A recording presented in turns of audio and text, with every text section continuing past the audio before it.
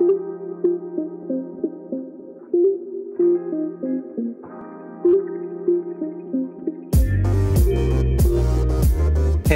what's up everyone? Welcome to episode 6 of Aimbot, the weekly podcast dedicated to discussing all things video games. I'm your host Kaif Pape, and today I'll be taking a look at some of the recent conferences or presentations that have taken place over the last week. And by this, I'm talking about the latest Nintendo Direct that was hosted on the 17th and BlizzCon 2021, which happened on the 19th. Now, the Nintendo Directs, they usually just pop up out of the blue. Sometimes there's notice. I can't recall if there was any notice of this happening, but regardless, it happened. If you're a Nintendo fan, you might be excited about some of these upcoming games or some of these announcements, but let's just get right into it. So, Nintendo Direct starts out with new characters, or a new character as Pyra and Mythra from Xenoblade Chronicles. They're actually coming to Smash, and how they did the reveal, it actually looked like a new update for Xenoblade Chronicles 2, or a new game potentially. Not that I necessarily have any interest in those games, but I know a lot of people that do. But at the end of the reveal, Pyro just basically said, I got her an invite to Smash, and I was like, yeah, wow, another Smash character, particularly one that uses a sword, so it might be exciting to some, it's not exciting to me. I have a couple close friends who actually do play Smash, so again, it might be interesting to them. I doubt it, because this is just like another character that's added to the list of 80, I believe. It's somewhere about around that ballpark figure of about 80 characters in Smash. So at this point in time, you're not short on content. I believe it also revealed a new stage as well. So there's that. Exciting for those who are interested in that. The Nintendo Direct basically had a ton of remakes or late releases or ports or whatever you may call it coming, and a lot of garbage basically. So I'll sum up what looks good and what's new, and then what's like late releases or ports. So what looks good and what looks new. So Monster Hunter Rise is coming on March 26th. That looked good. It's not the first time it has been revealed. It's been known for a while now, especially with the success of Monster Hunter World, which was on like PS5 and stuff. That brought a lot of new persons into the whole Monster Hunter experience. The graphics look great at that point in time, and so does this one for the Switch. It actually looks really good. So they're getting Monster Hunter Rise next month, and it came out with a great new trailer. Check it out if you haven't seen it, and if you own a Switch and you're interested in Monster Hunter, that's definitely one of my recommendations. Second, something that looks really fucking interesting but has a really strange name. It's Project Triangle Strategy. What is up with that name? Anyway, that's the name of the game, and it is actually a beautiful new tactical RPG in the vein of like Final Fantasy Tactics back in the days on the Advance, but incredible graphics, right? It's pixel art. It's a blend of 2D and 3D with an isometric view. The effects look nice. It looks really good.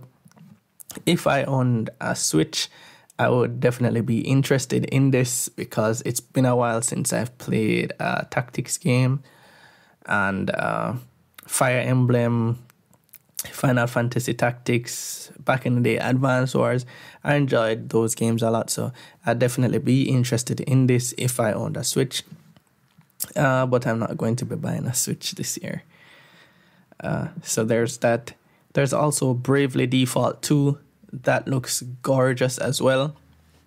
Again with the word names, but we've all gotten used to Bravely Default, the name by now. So there's Bravely Default 2 coming out, and then there's Splatoon 3. For some strange reason, people like Splatoon. And if you do, I guess it's like a shooter for kids who like paintball guns and paint splashing all over the place, or adults who don't like to see mature games and blood and stuff like that. Well, you have Splatoon 3, and that is coming out in 2022, no release date. Not much was revealed in the trailer. Still looks like Splatoon, but it looks good for persons who like that, and the graphics have seen a nice little step up from Splatoon 2. So it's probably just them getting better adjusted to working with the engine for the past however many years, over the past 3 games now that this has been released. So that's 4 games that actually looked good out of the entire Nintendo Direct presentation. And next up we have like late releases or remakes or updates, ports, again, whatever you want to title them. It's like, so stuff like Fall Guys, an amazing game, but that has been out for a while. That's coming to Switch in the summer. So is Outer Wilds, not to be confused with Outer Worlds. That's also coming in the summer. Again, they've been out already, so if you only owned a Switch, then I could see this being exciting news, because you would not have a chance to have played these games before. So if that's the case, then that's pretty good news for you. Those are 2 excellent games for 2 different reasons. We have Zelda Skyward Sword HD. That's like a decade-year-old game. It's getting an HD remaster. Not my personal favorite Zelda game, and I know a lot of audiences are like torn in between whether it's good or bad, but it's coming. There's Tales from the Borderlands, and never had any interest in that game, but that's coming to Switch. There's Plants vs. Zombies. Hades is getting a physical release, and that's coming March 19th. So again, a lot of persons' game of the year last year, and it's getting a physical release on Switch. So there's an opportunity for Switch players to play that. And then we have Legend of Mana coming out on June 24th. It's an old game that I personally enjoyed back in the whole Mana series. But again, it's old content, and in addition to the old content, there are other new releases, but they're pretty forgettable, right? So we had a bunch of like genuinely forgettable games. Mario Golf, for the love of God, I don't know who plays that, or Mario Tennis. I think more persons play Mario Tennis than Mario Golf. But for some strange reason, they keep making these games, and somebody must be buying it because it's been made year after year after year. So there's that bullshit.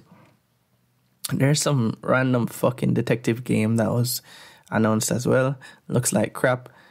And then Capcom is releasing 32 classic games. If you're a fan of the classics, I mean, some of them are good, but again, it's games that even now, if you haven't experienced them already, you can still experience them now by using like emulators and stuff on PC. Even some phones have emulators for a lot of these very same games, so it's nothing special. There's a new Star Wars game, so that sounded exciting, but it's been made by Zynga, which is like the guys who make the Facebook games, so it's completely underwhelming and forgettable. So none of that stuff really interested me, and it also got me thinking about the longevity of Nintendo and how long they can survive on this hardware. Now, don't get me wrong, I know that they're still selling well. The Switch, I believe in general, is still the most popular console in terms of sales. It outsold the PS4, PS5, Xbox Series of consoles, and everything. So there are some persons out there, there must be a ton of persons who are still buying these things. But the Switch was released in 2017, right? Yeah. Typically, game consoles follow a 5, 6, 7 year release schedule. Even though sometimes they might say they're going to have this console for 10 years, technology moves at such a rapid pace that they quickly become obsolete. And even though it hasn't been 5 years yet for the Switch, when the Switch was actually announced, it was running on ancient hardware then. What gave it a pass is that it's basically a handheld console, right? So a lot of the games, they scale well at 720p when you're just holding them in your hand. So it's not really a big deal then.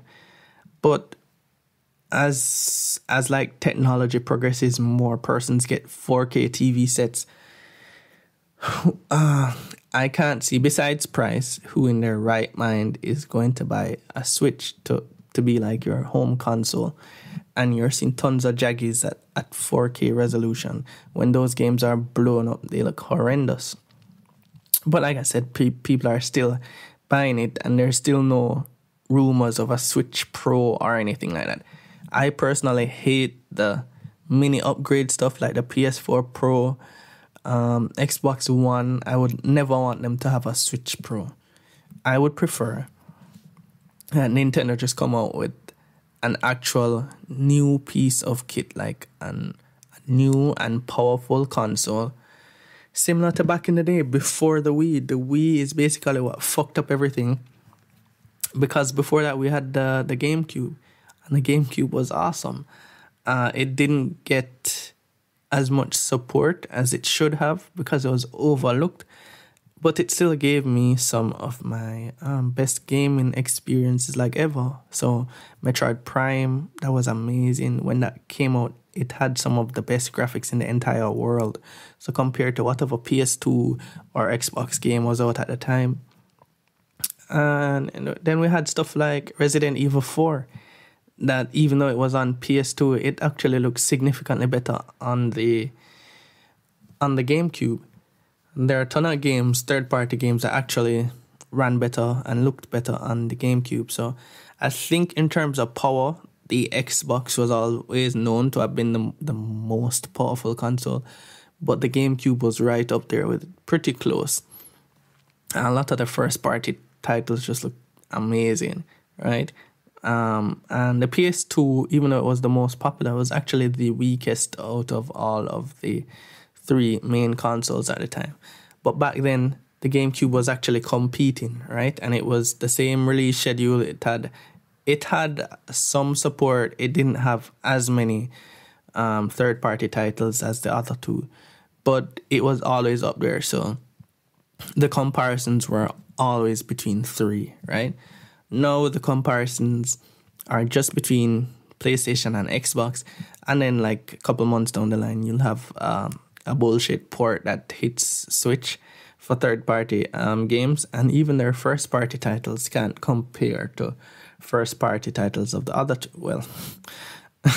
first-party titles of Sony, because Xbox doesn't have any first-party exclusive. So I guess the Nintendo name is what has been carrying them all along, but I would really wish that they would just stop being so fucking cheap and actually put some serious money into some quality hardware, even if it means you sell at a loss, which a lot of these companies do. They sell the hardware at a loss, and they recoup like over time in terms of bulk sales and digital sales and actually game sales, right? But in my opinion, they need to do something to because even though there's a lot of interest now and they're still selling consoles, I don't see this being the case for very long, especially with the rise of 4K. They'll have to do something. So everybody might be looking in the moment now and saying, oh, you're talking a lot of shit. They're still the most popular console. But game companies can like easily go from being on a high to being on a low. Like easily, whether that's stiffer competition, whether that's a terrible mistake that they did, like CD Projekt Red,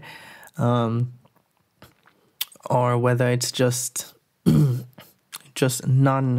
lack of innovation, right? So, and Nintendo has not always done extremely well. The Wii U, in my opinion, the Wii U wasn't really good at all. The Wii was nice because at the time even though the graphics were shit, the whole motion controls is what, the whole gimmick is what sold everybody on that, right? And a lot of persons, they didn't really care about graphics and stuff like that. So it was that for them.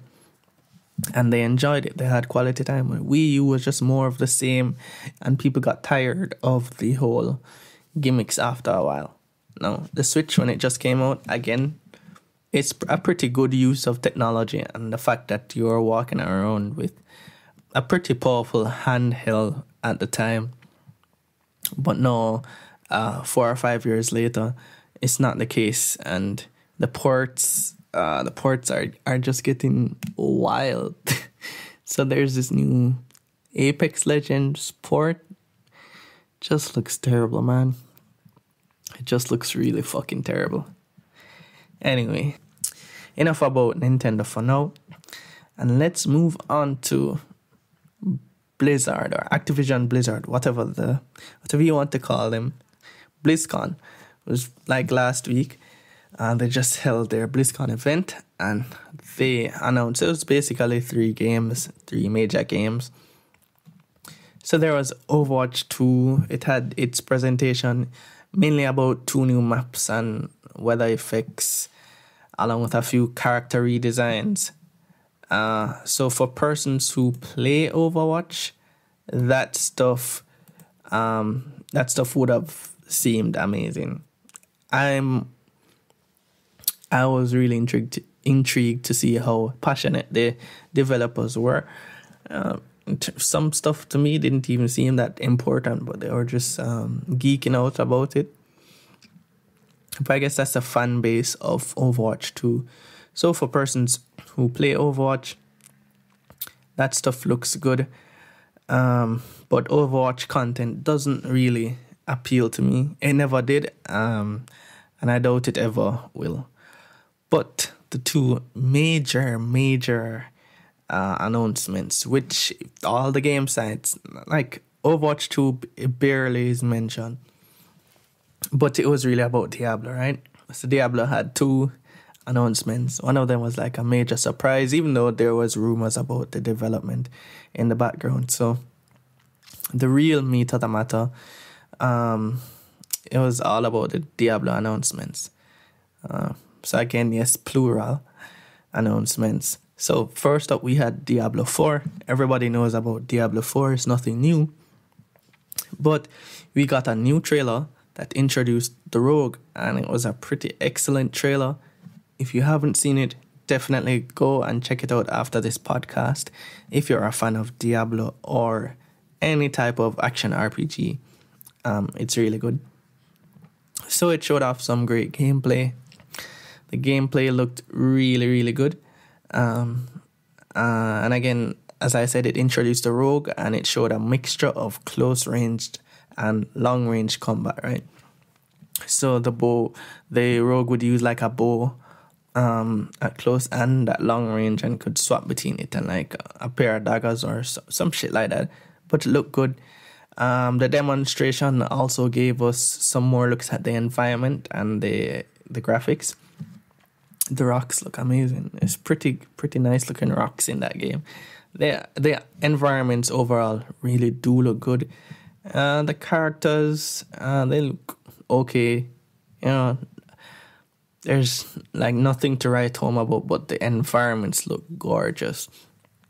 And the animations based off of what was shown, like the horse interactions whenever they're using the skills and dismounting, stuff like that, it all looks good and it looks promising.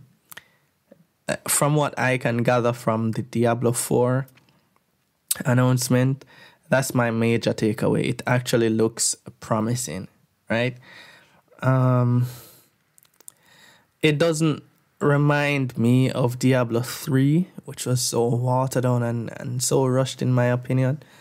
And I'm actually glad they're taking their time with Diablo 4. But I just hope that whatever they do release, it isn't like a mismatch or a jumble of what like Reddit users say they want in a game and this other community say that they want in a game. It still has to be focused. But from what I'm seeing, it looks really good. And I guess this can kind of segue into what does this mean for Path of Exile 2? Because we've seen the first Path of Exile 2 trailer, and that looked amazing to me.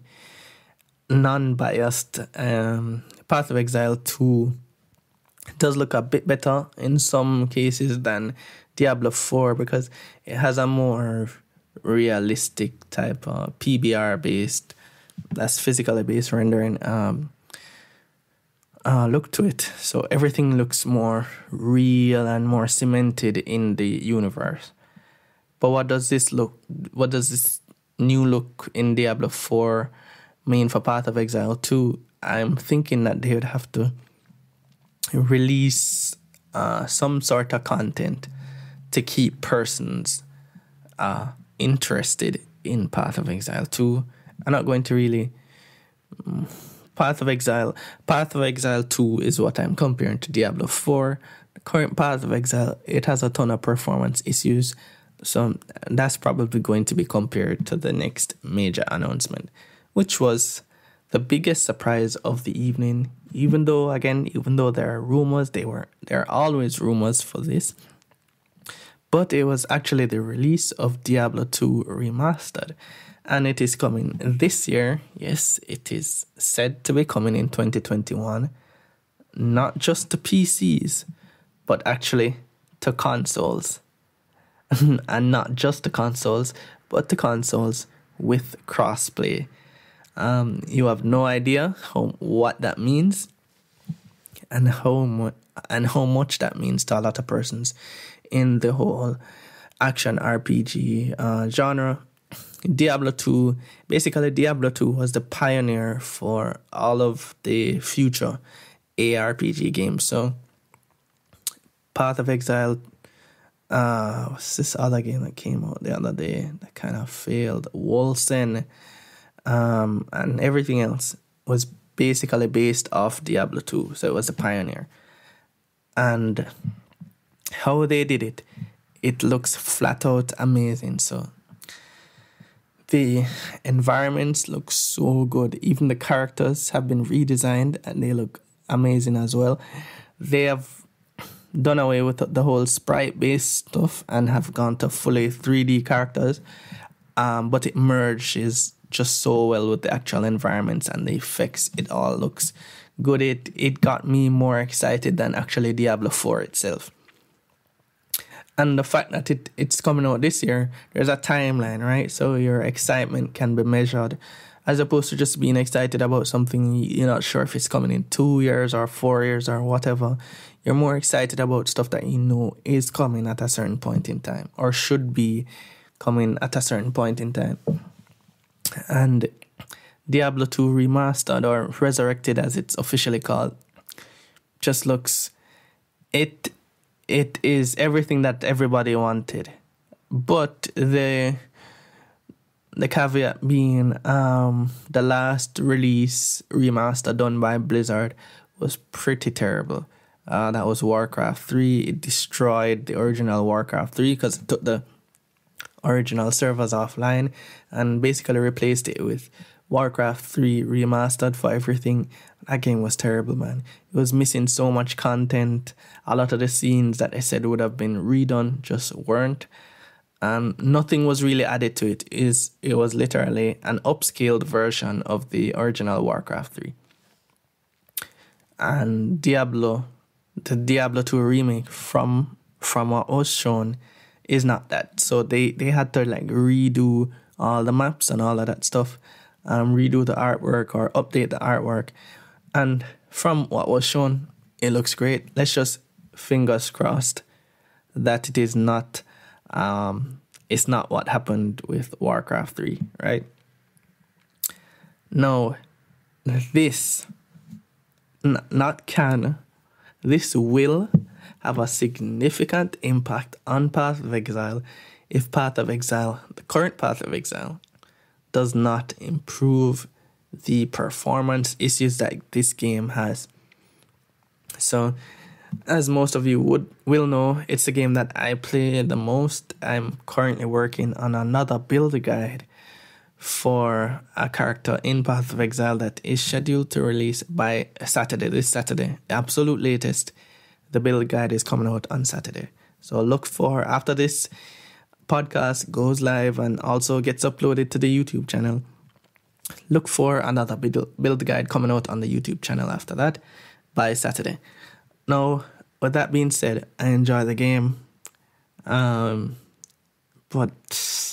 the performance issues are terrible. You can drop down to like 2 frames per second, 0 frames per second. In certain instances, you're just frozen and you die to a lot of bullshit. But the thing is, Path of Exile content creators or Path of Exile gamers, they've just basically gotten used to that, the performance, those poor standards of poor performance from grinding gear games, right? Now the expectation is that in Path of Exile 2, all of this will be fixed. They will either update their engine significantly or move to a newer or different engine, which still can handle all the calculations and everything that they need for that specific type of game. And as it stands now, especially with the echoes of the Atlas update that came out in January, it brought a shit ton of lag to the game. But we're still playing it. We're still enjoying it for the most part.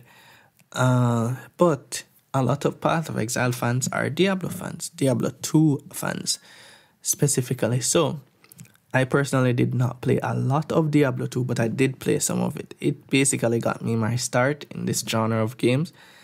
And I'm telling you, I'm buying that day one. As it drops, I'm buying it day one. And how much of it I play compared to every other game is largely dependent on their treatment of it. And if it is a good job, if it's as the excitement is for it now, if that translates into the actual gameplay, then I'm spending a significant amount of time on it, and Path of Exile is definitely taking the backseat. Unless, of course, Path of Exile 2 comes out even before Diablo 2 Remaster, then who cares about Diablo 2 Remaster at that point in time? Because we've got brand new Path of Exile 2 that should fix all the issues. So, what is my hope? I hope that they continue to try. I've accepted the fact that not much work will be done to the current state of Path of Exile to address its current performance limitations or issues. It's probably just that. It's probably just limitations now of the engine, because persons even playing on the highest spec PCs with like i9 processors and 3090 graphics cards, they're dropping down to like 22 frames per second in juiced up maps and stuff. So for us mere peasants on consoles, I do not see much that can possibly be done. So my only hope is that Path of Exile 2 is released this year and gets rid of all of those issues. It's just a smooth game. At the end of the day, persons can dislike Blizzard for many choices that they make in terms of the game's direction and stuff like that, but the gameplay is always smooth. There's barely any lag at all. It's always a smooth performance. And GGG started out as like an indie developer, but they're big enough now at this point in time where certain standards should just not be happening. And if it wasn't for the absolute love of the game from the fans, then they could easily be facing a situation like with Cyberpunk. Because if for example, like Digital Foundry was to really just dig into this game and point out all the severe flaws, especially on consoles, and you'd start getting publicizing all this shit that us Path of Exile players have had to be dealing with over these past couple of years, then it would definitely have a negative impact on the game, on the stocks of the company, on all that jazz. So I'm hoping it never gets to that and they just fix the fucking game, well, when Path of Exile 2 comes out and that they release it. And competition is always good. So if we have Diablo 2 remastered, if we have Diablo 4, and if we have Path of Exile 2 and regular Path of Exile, I guess, all existing in the same, at the same time, in the same universe, whatever, it can only be good because competition drives the other parties to improve for fear of them jumping ship. So that is my take on the whole Diablo versus Path of Exile. And what I'll be playing, definitely Diablo 2 Remaster. And how much of it, that's yet to be determined. In other news, there was also a Call of Duty Season 2 update, which did not introduce a new map. Instead, they just introduced a big ship that crashed down by prison. Will I be playing it? I'll hop in later today to get in a few games. We'll see how much has changed. They banned some cheaters, so maybe at least that part of the game is gone. Incredibly underwhelming. I'm hoping that this is just a tease and that officially in March we get a new map, because if we don't, I can see Warzone actually like losing a significant amount of their player base. I can see like a PUBG type effect happening to Warzone. Right, so hopefully they give us a new map. I'm frankly tired of Verdansk, I know. But that's it for me this week, guys. Thank you for tuning in. Join me next time. Use games, guys. Use games as a form of relaxation. Just chill, enjoy yourself. Keep grinding, keep gaming, and I'll see you guys on the next one.